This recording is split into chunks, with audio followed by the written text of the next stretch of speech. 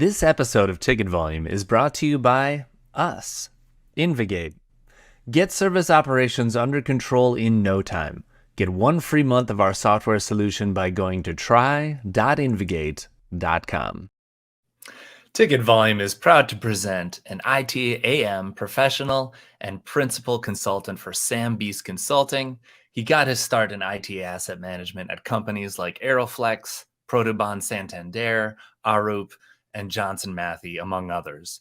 He's also served as an analyst for ITAM Review and started ITAM Volunteers, an organization that helped companies struggling to adapt asset management during the pandemic. He currently serves as a committee member for ISO IEC, focused on what else? IT asset management. Welcome to Ticket Volume Live, an opportunity to be the news and information for improving IT experiences. I'm your host, Matt Beran. Each week, I get the pleasure of hyping up leaders, sharing their insights on service management, technology, business, and this episode is going to bring that heat.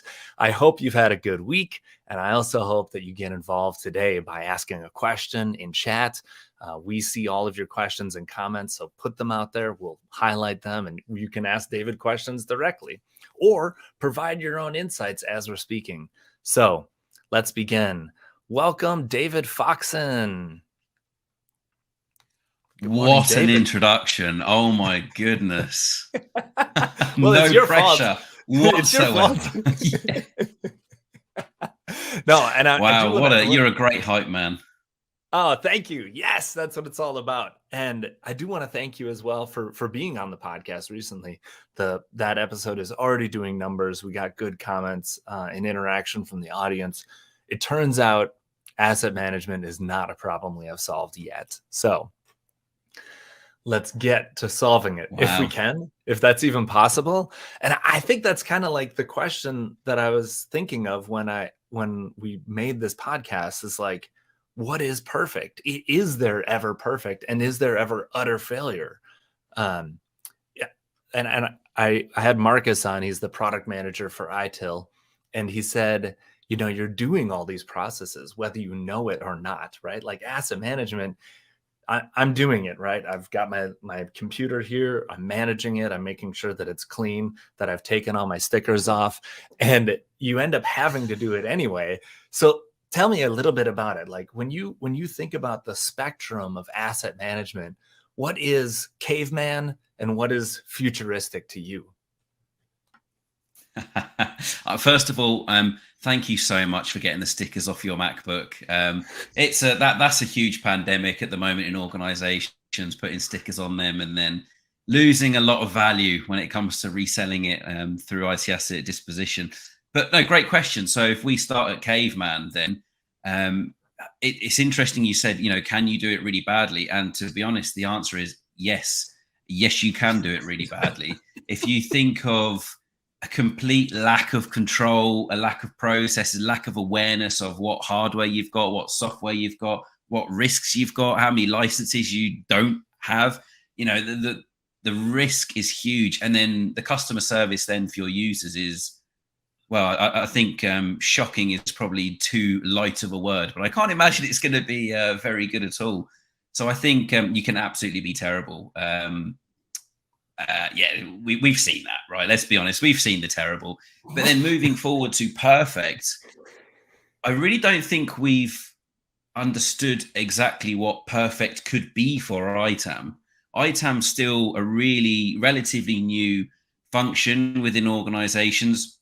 And that's 2023, and there are still people out there that don't have ITAM, which kind of, you know, says a lot. So I don't think we know what perfect is yet. And obviously new technologies keep coming into the field.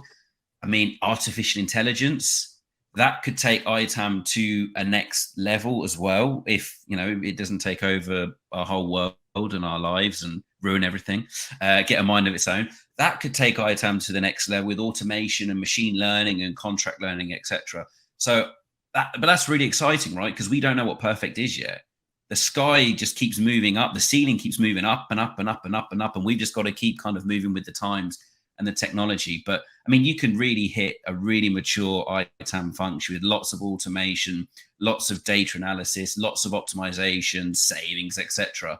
But that's perfect in 2023? Yeah. Who knows what's That's perfect in 2033? Yes. Yeah. You've highlighted it very well. There's this chaos. There's so much data and so much, what do I want to say, diversity of assets, I guess, that makes it so hard to manage without having an entire army of people that are focused on data entry and chasing down devices and, negotiating your contracts. And someone said it to me yesterday. I wonder if there's another app that does this or another, solution that provides this. And you think about all the work that an asset manager does to make sure that they've got the right applications in their employees' hands, their colleagues' hands. It's so much work. It's almost overwhelming. And you're right. Like, there's hope in the AI because of that chaos, because of that diversity. So yeah, good on the teams that are doing it right now with what they've got, and good luck to us in the future. For you though, David, you've got a ton of experience seeing a lot of different things, and I don't want you to sell out your clients. I don't want you to name any names, but I'm really curious. Like, what are some of the biggest failures you've seen in an organization besides scratched CDs that can no longer install Office? Oh, do you know, it's funny you say that, because back in the day when we were retiring software, this is when I was like a kid, and I used to go into like child to work days with my father. That's what he would have me do. He would be like, these are all the old discs that we don't want anyone else to be able to use. Find a brick wall, scratch them up, crack them, etc. And I was only like, 10 or whatever. But so the bad things that still seems to be prevalent in 2023 is just a bit of a lack of understanding as to why you need ITAM. So it's very obvious to me, it's very obvious to you, it's very obvious to the audience why we need it. But organizations that are still burying their heads in the sand saying we've never needed it in the past 10, 20, 30 years, why do we suddenly need to invest in it now? I can go and, laptops aren't that important to us. We've never been audited somehow. We're not high on people's agenda. Why do I need to invest time, money, effort, resources, etc., into this IT asset management thing? And then the age-old cloud conversation comes into it as well. It goes, wow, we might as well just skip this ITAM bit because we're moving to the cloud anyway. And in the cloud, it all manages itself. We don't have to see it all. And you just sit there and you go, oh, come on now. This is scary that, a CIO or not really a CIO, but like a senior director, for example, is saying things like that for an organization that has got so much low hanging fruit and open goals. But to be very honest with you, and I think we mentioned this on the podcast, the hardware asset management side of things hasn't had a lot of love until the pandemic happened. That was a big red flag. That was a big open goal. People just weren't tracking their hardware, and they were getting to a point where they didn't even know how much they needed to budget for a refresh next year, what their failure rates were, whether the actual hardware was working for their end users, whether it was still fit for purpose, whether it was slow, they were frustrated, whatever the case may be. And then likewise, focusing just on the software side of things. But of course, if you're not looking at the hardware, how are you going to optimize and focus on the software? So yeah, there's a lot of kind of naive, scary comments that are made by some senior people that when you first start the discussions with them. And I think we're in an age now, Matt, and you've seen it as well, right? Is that customer service is really becoming a huge element within IT and technology.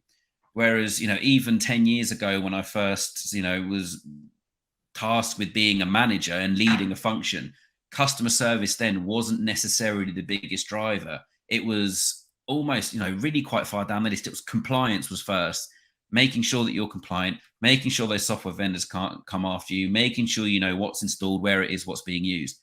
But now the end user has a huge influence on what we're doing and how our processes are tailored and what technologies we're implementing. Can they self-serve? Can they just go onto a portal, see all of the approved software, add it to their basket, Amazon-style shopping experience? Same with hardware. And that has really kind of elevated and opened a door for ITAM to say, okay, right, well, you may not be aware of this, but we can actually help with your customer satisfaction. We can help with that customer Mhm. experience. We see all those pictures on LinkedIn, right, of a new starter. They take a picture of their desk and they've got all of the branded gear. Their laptops there is open with a screensaver, like "Welcome to the company," that kind of thing. It's like, yeah, but if you want to get to that stage where they've got all their software, all their accesses, all the right hardware, all the right consumables, ITAM can play a huge role in making that happen and really giving that warm, fuzzy feeling and awesome customer experience. And yeah, that's something that for the naysayers and those that we don't need ITAM, we've been doing IT the way we've been doing IT for 20, 30 years, nothing's ever happened. That's a great kind of new back door, if you like, in to say, oh, well, did you know, have you looked at like zero touch deployment? Have you looked at self-service, the ways Mm. that ITAM can help improve your customer experience? That wasn't necessarily a thing 10, 15 years ago. Yeah, exactly. It really wasn't. And it's good on you for pointing out that the hardware and software is the things that our meatware actually touch. It's what our colleagues and employees actually use. It's how they experience technology in the workplace. And yeah, all you have to do is invest. I think as an executive, it's hard. If I were an executive, I'm not an executive, but if I were, I would think, okay, $2,000 a laptop times how many employees times how many cell phones for employees, and quickly do some napkin math to think, okay, we've got about $500,000 in assets minimum, for a small company, even that's like 200 people, let's say. It's some really small to get to that number. And you think, really, you're not going to manage that asset. You're just going to let it be blind. You're going to let it blindside you. You're not going to plan ahead to replace any of this stuff. It just seems that really feels like a big mistake. So thank you for pointing it out. And for our Yeah. audience, I mean, you could go even go ahead. further, Matt. Yeah. No, I was going to say you could go even further and actually listen. I know it's a strange thing in IT because, we're experts, we know what we're doing, but actually listening to the end users, that if they say, my phone's been really slow lately, or my laptop seems to freeze regularly when opening this application or whatever, I must admit I'm very guilty of my immediate reaction being like, you're not having anything new. That your MacBook, your Windows device, your phone, your tablet, whatever, it's still got years left on it. You can't possibly need a new one. It's perfectly fit, for what you need to be doing.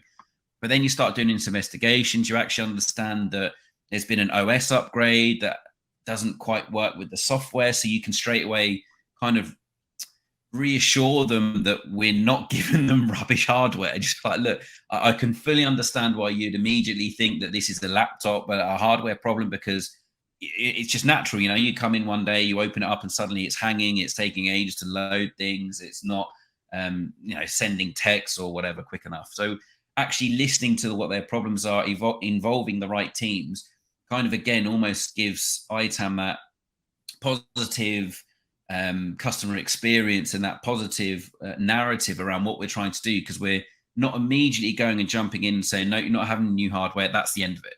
We're actually going, okay, well, what actually is the problem? Okay, I'm not technical, don't quite understand why the application is not launching. Here's my colleague, they're going to do some troubleshooting. It's because the OS updated and the software hasn't updated, therefore we've got a problem in that respect. But they kind of then feel like they can approach ITAM with those kind of questions and challenges and stuff like that, without just immediately being fearful that there's absolutely no point in contacting ITAM, because they're just going to tell me I can't have any new hardware and I'm just going to sit here and let the software hang and not do the job to my best of my ability. Yeah, again, that's how ITAM is evolving. That's how we're finding back doors to some of the cave the cavemen approach that you mentioned at the beginning. Is everyone wants to have happy users, and we can play a huge role in that. Yes, that complexity is a huge part of it. Like down to it's overwhelming, right? Because down to how a Linux machine performs versus a Mac machine performs versus a Windows machine performs, and down to the individual processes and services that are running on those machines, it's impossible to manage it all. Literally, you have to let some of it go and just assume that incident management's going to save us in a way. So fantastic. And thanks for joining us live. If you're dialing in, tell us your stories. What is something that's frustrating you when it comes to asset management? What questions do you have about the process or vendors or audits? Just throw them into chat. We would love to answer your questions and help you out if you're struggling, or maybe you've got an idea. Throw an idea out there, something interesting that you've done that works. So David, you've mentioned some assets that we struggle to manage. What do you look for when you're assessing an asset process? What are the obvious gaps and opportunities that usually exist that you can kind of find in organizations? So some low-hanging fruit from a hardware perspective is 100% a refresh process and a refresh plan. That seems to be something that is regularly overlooked. Not sure why, because it helps massively with the leadership teams and senior management teams to show, look, we can actually tell you how much you need to spend next year to refresh X percentage of your fleet because it's end of life. That's a really kind of open goal, low hanging fruit, whatever the term you want to use. And, it takes a bit of effort if you've not got the right database, if you don't have the right data. Sure, it takes a bit of effort to get the warranty end dates and your internal life cycle dates sorted out. But once you've got it, you've got it. As long as you keep maintaining it, we build plans that are like 3-5 years, sometimes 7 and 10 years in advance for the infrastructure side of things to say on this, in the year 2026, this is what our refresh is going to look like on infra. This is what the refresh is potentially going to look like in end user computing, because we've just brought a load of stuff. So with a 3-year life cycle, that's then going to have the cycle again in 2026. And, you can build those trends and then go, well, that 2026 is going to need a refresh in 2029, 2032, etc. So you can almost just keep building that on and on once you've agreed your refresh rates. The other one is IT asset disposition. This is such a huge area within ITAM and hardware asset management that is so overlooked. There are so many organizations that are not disposing of their unwanted equipment correctly, or not taking advantage of being able to resell that equipment or the components within that equipment. And it's from an ITAM perspective and from an ITAM specialist, a consultant, ITAM manager, there's so much value in there that when you get it up and running doing ITAD and doing regular ITAD, and you're regularly getting profit and credit notes coming back to your organization, the senior managers and presidents and VPs and CIOs, etc., think that, wow, you're a magician. How's this happened? It's just a process that, has been in the industry for like so long. You've just never had anyone come in to say, did you know you could actually resell all of that old kit you don't want? But to them, it's like mind blowing. They're like suddenly getting like $50,000, $100,000 this quarter, $250,000 that quarter. And then if you've got a huge one, you get like $500,000 in a credit note, and they don't know what to do with it. It's like, well, ITAM normally costs us money because you're asking for budget for software licenses and hardware licenses, but now we're actually physically getting cash back. Where does it go? And it's an awesome problem to have. And again, it just makes ITAM look like so good and so valuable, so that whenever there's like any issues, or the company might be going through some difficulties, the first thing they can start to look at is, well, ITAM saves us money through ITAD. What other processes and principles can we apply? So yeah, from a hand perspective, the hardware refresh, the ITAD process, and then kind of secondary to those two, I would say, is a really good hardware procurement, hardware request, and hardware deployment process, making sure that they're all aligned, that they're as optimal as they can be for the end user. Right. Again, I think we said it on the podcast, but the new generation of professional are so used to having things quickly, or even almost instantly. They can order something from their phone on Amazon Prime and it's there that day or the next day, laptops and tech and hardware and stuff included. So then when you turn around to them and say, well, we actually don't have a decent process in place, that's a 2-week lead time because we've got to order it from this hardware vendor over here. They've got to ship it from China. It's got to get to us. We've then got to onboard it. We've got to image it. that doesn't work for the new generation of professional. So making sure that your whole request, procurement, deployment process is smooth, quick, effective is, again, something that maybe some companies are still a bit stuck in the old ways of working when you're just so used to waiting 2 weeks for a new laptop. The new generation of professional, that doesn't fly. And I mean, for example, if you ordered something, if you wanted to replace your sticker-ridden MacBook because you no longer want all the stickers on the case, and you ordered it from Amazon, and it even was 4 or 5 days, you'd be sitting there going, well, this isn't right. I prime it. It should be here today or tomorrow. So imagine how end users feel when you go, right, 2 weeks for a new laptop. You're so right. That is the expectation of IT departments, that you have to deliver stuff in a day or 2 days. And without people coming to a central location anymore, you also need to accommodate that additional shipping time. I mean, new hires are a little different because they kind of come into one central location, usually for new hire training, but not all the time. But I really like your first two answers. Think about your ITAD, IT asset disposal, or whatever you want to call it, recycling, reselling, and then being able to plan out your refresh. Those two go hand in hand. Like, imagine coming to an executive and saying, we're going to have to spend $250,000 on new laptops next year, end user equipment. And then also saying at the same time, we made $1 million off of resales at the same time. Like, those two things go well together. At least you hope so. Yeah, that is awesome. When you went, yeah, 100%. I mean, that's the best. It really, that's something that really excites me, is when you get asked to build a hardware refresh plan and then a budget for general BAU, break fix, whatever the case may be, for the next year, the year after, etc. But then you go and you start to estimate and go, okay, well, this hardware refresh is going to be for 2,000 laptops, but that's going to be 2,000 laptops we can ITAD. Based on this year's rates for grade A, grade B, grade C, this is what we got back. So actually, yeah, I'm asking for $1.5 million, whatever the case may be.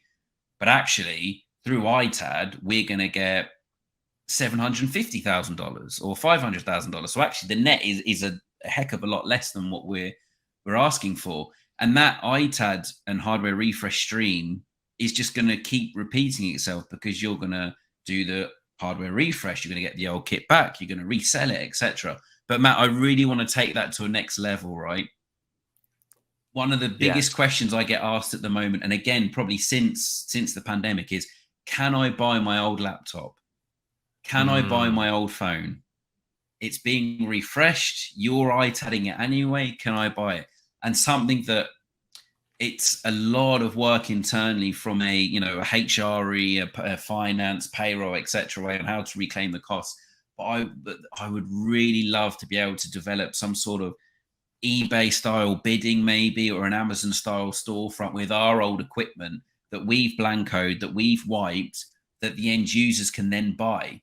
And if we're typically getting $100 back, maybe we could get $250 through an auction, doubling the amount of money we'd get through selling something that's end of life anyway. How cool would that be? And as an employee, you'd feel like, that's pretty decent. Instead of having to go on Amazon and spend $700, $800, $900, $1,000 on a device, I can actually have one that I know still works, that I know I've looked after, that's just reached its natural end of life within my organization. I can get it for $300.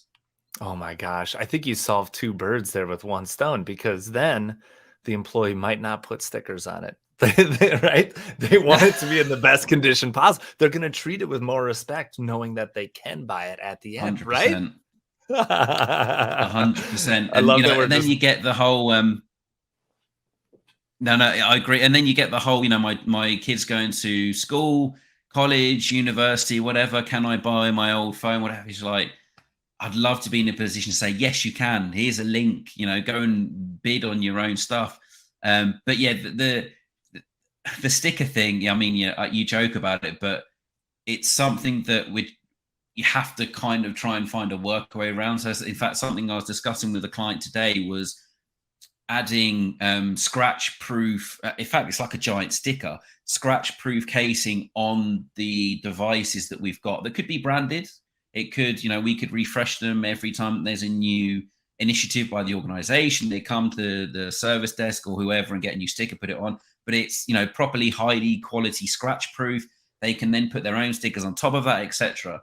We're trying to find ways of, again, listening to what the users are saying. They want to customize stuff.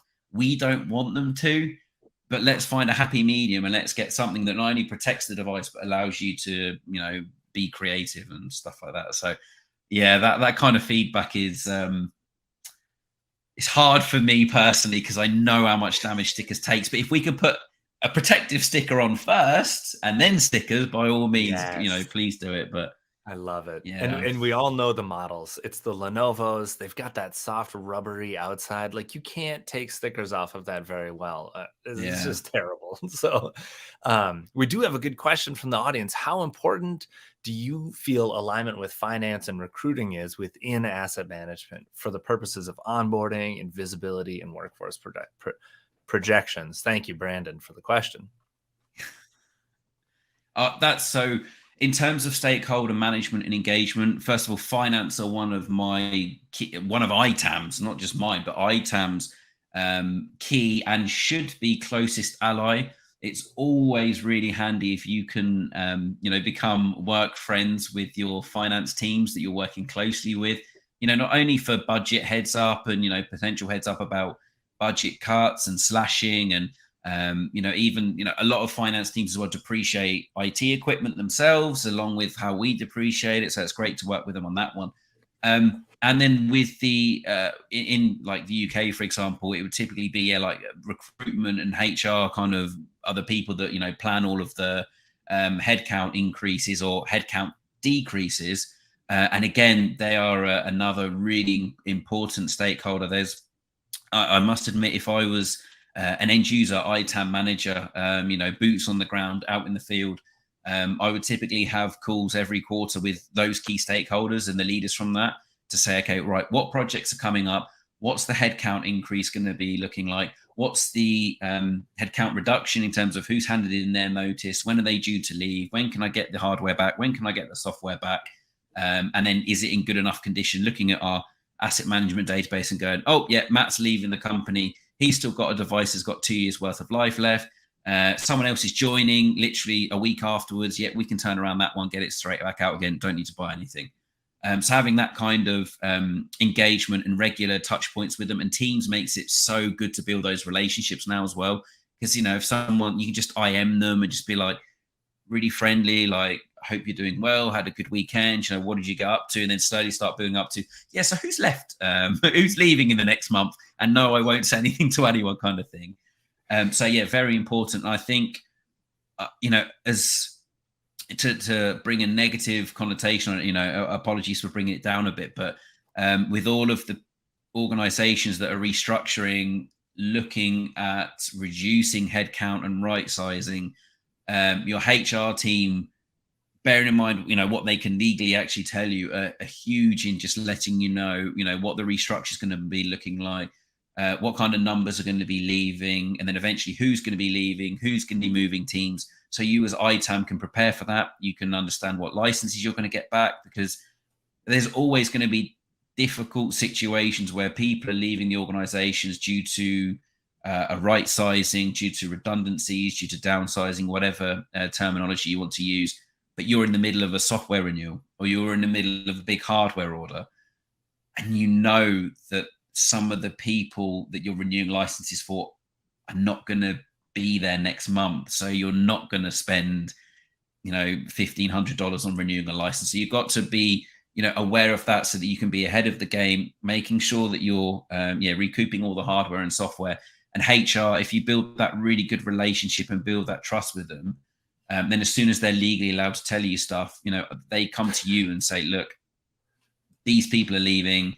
We're actually reducing headcount by 30% globally. This is what you can expect over the next year. Or on the positive side, we've got loads of projects spinning up. So you're going to have to buy 100 new laptops next month. But having that early communication and being notified really early gives ITAM then the ability to prep, look at stock levels, look at spare licenses, maybe even looking at cloud instances that their job role may require. So yeah, hugely important. Finance and HR, definitely two of your key stakeholders, along with obviously service management. Yeah. Service management, you guys, yeah. Cool. Service management, big stakeholder as well. Not the service management that put stickers on MacBooks. No, they never do. But I think someone said it to me a long time ago. They said the difference between configuration management and asset management is that in asset management, we care how much it costs. So finance is key stakeholder for sure. And not only is it like planning and process related, but like the transactions, right? Like very often there's a desk side representative or someone that's, taking in the request and saying, look, I went in the back closet and there's no laptops left. Sally, get us some laptops. Frank, please order some more laptops. So definitely, definitely a key stakeholder because you need those people. And I think the other thing that isn't positive or negative necessarily is there's situations where you've got contractors, and for projects too, like you hire on 100 contractors, or maybe you hire on and 100 contractors leave and 100 contractors get hired on regularly. So I know we've got some great listeners out there. John Custy, Jace Benson. If you guys have questions, or Brandon, if you've got more questions, please feel free to put them in chat. Let's try to stump David if we can. All right, David. Come on, man. You do a ton of consulting, so you obviously have seen people set up a lot of relationships. And what my next question is really around, what do you look for in software vendors? What do you look for in hardware vendors when you're trying to form these relationships and build these relationships? Because it's not just cost, right? What do you advise people to look for? So there's absolutely. It's not just cost, right? Because you could be the cheapest software vendor, the cheapest hardware vendor, and have a terrible service. What I always look for, especially with hardware and software vendors, primarily hardware vendors with supply chain issues at the moment, is great open lines of communication. I don't want to have to keep going to you asking when my equipment is going to be delivered or what the market's kind of looking like. I don't want to have to go on Google and find out that there's, worldwide supply chain issues because a factory in China burnt down or whatever the case may be. I want you to be proactive and come to me with that kind of information. And it's the same on the software side of things. Software VARs are worth their weight in gold if they're the ones coming to you saying, just a heads up, software vendor X are actually changing some of their contract terms. They're changing licensing models. They're changing agreement structures. This is going to impact you in 6 or 12 months' time. Start getting prepared. I really, it sounds really egotistical, but I feel like my clients deserve the best. I don't want them to have to compromise and go, well, I'm here, so I'm telling you that all of this is going on because I'm a geek and I actually research stuff in my own time. But moving forward, you would want someone who's almost an extension of the ITAM team as a hardware and software VAR that's proactively coming to you, telling you about these delays, telling you about these changes. So that for me is a really big deal. Almost above and beyond cost is having that proactiveness, having that transparency, and having that honesty as well. I don't want a software vendor to feel like they're not going to tell me about a licensing change because they're fearful that we're not going to proceed with that because it's 5 times more than what it was. That's not your call to make. You just need to tell us that these licensing are changing. Let us worry about how we're going to, move budget and stuff like that around. And maybe even we could potentially work together to go through and do an internal audit. Maybe we could do get you on as a consultant software VAR to have a look at our estate and work out how we're going to fix it. It doesn't have to just be, a one-way relationship. So that's hugely important to me. The other thing for me, depending on clients, is their how globalized they are. So there's nothing worse than having a hardware or software VAR with a global ITAM team that are only online during US hours or only online during European hours or UK hours. It's like, no, I don't want the team in like Australia, for example, to have to wait all day until someone from Europe logs on and answers their question. If you're a global organization, that is a huge thing for me to make sure that they've got 24/7 coverage so that they can cover all of our regions as well, that they can ship to all of our regions. And if there's some logistical challenges there, maybe that they're going to help us with that, with third-party transportation companies, import export guys. And then finally, from a software standpoint, on that global perspective as well, is letting us know if actually it's more commercially viable for us to buy in country rather than have a huge global agreement that we buy out of the UK, Europe, or the US. That's something that used to be really big like 10, 15 years ago. You used to be able to save a lot of money by putting your Microsoft agreement out of the US, because in the UK, the currencies, just the currency conversion made it cheaper. You're getting better deals out of the US. Happens a lot less now, but still, I don't want a software vendor to be so focused on their own commission charges that they're going to get from us or a unit. I would much rather value, and they'd get more business if they had that open and honest conversation with us to say, you know what, you've only got these licenses in Japan. There's actually a better way, commercial way that we can do this that will save you 5-10%. Be honest. Yes. 10 out of 10 answer, David. So good. So yeah, obviously cost, yeah. But the answers you gave, fantastic. Very good. Like you don't always think about that global bit. That is such a huge bit of it. And just getting technology into a country can be very difficult. Tons of taxes, tons of problems with that. And then the acronym police are here. VAR or VAR stands for value added reseller. So that's what you're looking for, is a great value-added reseller. And you have nailed it, my dude. They are nerds about this stuff. They are always paying attention to the vendors and the supply chain. That's what they're good at, is that supply chain. Yeah. And so if you've got a great VAR, during the pandemic, they might have saved you a huge headache from just like stuff being out of stock. So very good answer. And we've got a great follow-up question from Brandon Ellis. Thanks, guys. One more chicken and the egg question. CMDB or ITAM? Should I invest in configuration management, or should I invest in asset management, or both? I love that he's putting you on the spot, because this is a tough one to answer. Which one do you start with? Which one do you end with? Like, do you need to do them both at the same time? This is so subjective, depending on what organization you're in, what your priorities are, and what your focus is. Look, I'm going to be completely honest with you. As an ITAM guy, my focus goes straight to the asset management database and doing ITAM. Config comes further down the road when my AMDB is up and running and populated and accurate and trustworthy. And then obviously there are particular assets and software and stuff like that we need to have in a CMDB from an ITIL perspective. But I really, this isn't me being like mean against config or the CMDB, but I honestly do value the AMDB a lot more from an ITAM point of view, mainly because as an ITAM consultant, I can get more value and wins out of it. I can build some of my HAM processes around it. I can build some of my ITAM processes around the asset management database or the AMDB, whereas the CMDB kind of, has that more service management ITIL focus and push. I would look, once I've matured ITAM a bit, implemented the processes, got some technologies, implemented controls, etc., then I would be going, right, actually, I need some CI information here. How many times has a user submitted a request saying that this CI has been, from a laptop, has been running slowly?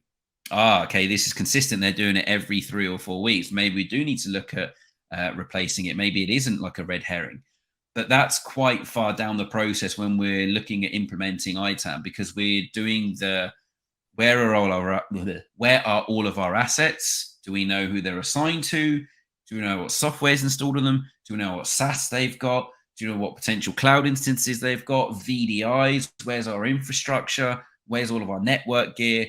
Getting all of that populated and accurate in the AMDB is always a priority for me first. And then working with key stakeholders like service management to then replicate, a lot of the times we steal a lot of data, right? The asset record in the AMDB gets a lot of data from the CI. And, sometimes, if depending on what your goals and objectives are, the CI gets populated with asset info as well. So if I've got some really good accurate asset info already in the AIMDb, by all means, CI, take it. Let's work together. You populate me, I'll populate you. Let's go. But I want to get my AIMDb up and running first. I'm sorry to anyone that's a big CMDB fan. Very sorry to all the config management people out there. Please don't think badly of me. But as an ITAM geek, my focus is always on the AIMDb first. Yeah, to me, it makes a lot of sense too. You can recoup so much financially from having mature asset management that it can fund your configuration management initiatives. Yeah, and I think that I really like the way you highlighted it, that they really help each other so much, and that in some tools even it is just one record. You really just look at the financial aspect of the asset or the CI aspect of the asset, or the configuration part of the asset. So they are so close. And I think from configuration management standpoint, you can push on your colleagues to do that stuff, right? Like you can push on your infrastructure team and say, look, I realize that you need a network map. You need to understand how your components are connected. So bootstrap it, do it yourself. And we'll recoup some losses out of our asset management. We'll gain some out of our asset management process. And then eventually we get to configuration management.